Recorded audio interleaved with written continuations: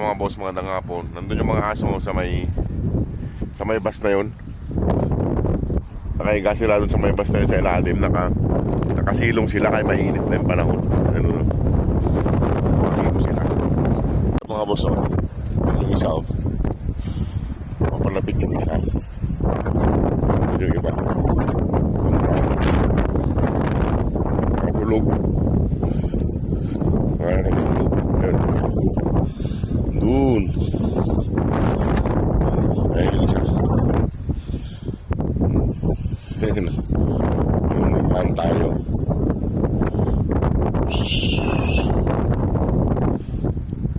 Ayun na. Ayun, may naglalaki ng kanya, no? May naglalaki ng pagkain dyan, mga boss. Sila ang naglalaki ng pagkain dyan. Nalagyan nila ng pagkain dyan, saka mga tubig. Kaya may kinakain yung mga aso. Yung galing restaurant yan na mga natitirang pagkain. Ayan o. Pupundo sila doon. Yung hati-hati nila. Nalagyan nila dyan. Para makakain sila. Hati-hati lang. Ayan.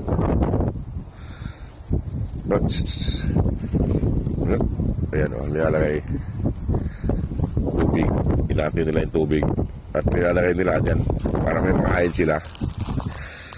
Ayan sila o. Ayan, may kinakain sila. Ayan, kumain na yung isa doon.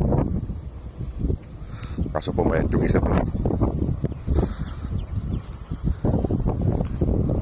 Yung mga nagtatrabaho sa mga pabrika, yung mga natitira nila, ilalagay nila dyan. Mga pagkain, magaling restaurant, yan.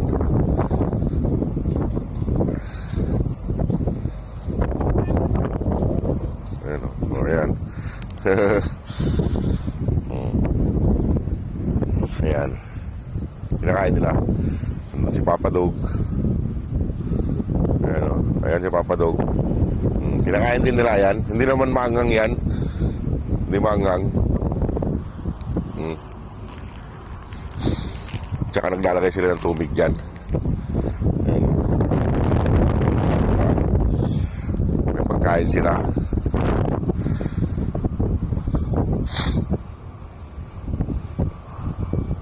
Sila yung kan. Ayan o. Mababait din yung mga ibang lahi na nagbibigay ng pagkain. Hindi naman lahat. Hindi naman lahat tayo mga kan. Masasama sa aso. Sila ay nagbibigay ng pagkain niya na yan. Dito yung bali kwan dito.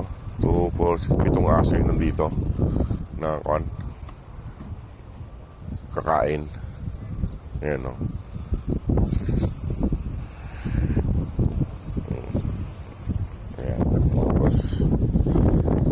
Sila ng tubig at pagkain. Kaya pag nagtambay sila rito ay may mga kain sila. Dito yung dating tambayan nila malapit sa accommodation namin.